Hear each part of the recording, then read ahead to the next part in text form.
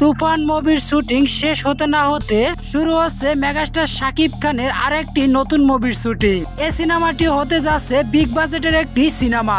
সম্প্রতি ভারতের Ramoji film city থেকে শুরু হচ্ছে মেগাস্টার শাকিব খানের বরবাদ নামের একটি নতুন সিনেমা। যে সিনেমাটি পরিচালনা করতে যাচ্ছে নাটকের বিখ্যাত পরিচালক মেহেদী হাসান হৃদয়। সিনেমাটি প্রেম, ভালোবাসা এবং ফুল একটি অ্যাকশন থ্রিলার গল্প নিয়ে নির্মিত হচ্ছে। এই সিনেমাটিতে শাকিব খানের বিপরীতে নায়িকা হিসেবে দেখা যেতে পারে প্রিয়তমা খ্যাত নায়িকা ইদিকা পালকে। তবে নায়িকার নামটা এখনো পর্যন্ত রিউমার হিসেবে রয়েছে, এখনো পর্যন্ত আনুষ্ঠানিক কোনো ঘোষণা আসেনি। তবে এই সিনেমাটিতে শাকিব খানের বিপরীতে ওপার বাংলার নায়িকা ইদিকা পাল না থাকলেও থাকতে পারে কলকাতার নাটকের বিখ্যাত কোনো নায়িকা।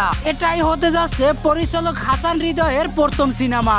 জানা যায় খুব শীঘ্রই সিনেমাটির মহরত অনুষ্ঠান ঢাকার 5 তারকা একটি হোটেলে অনুষ্ঠিত হতে যাচ্ছে।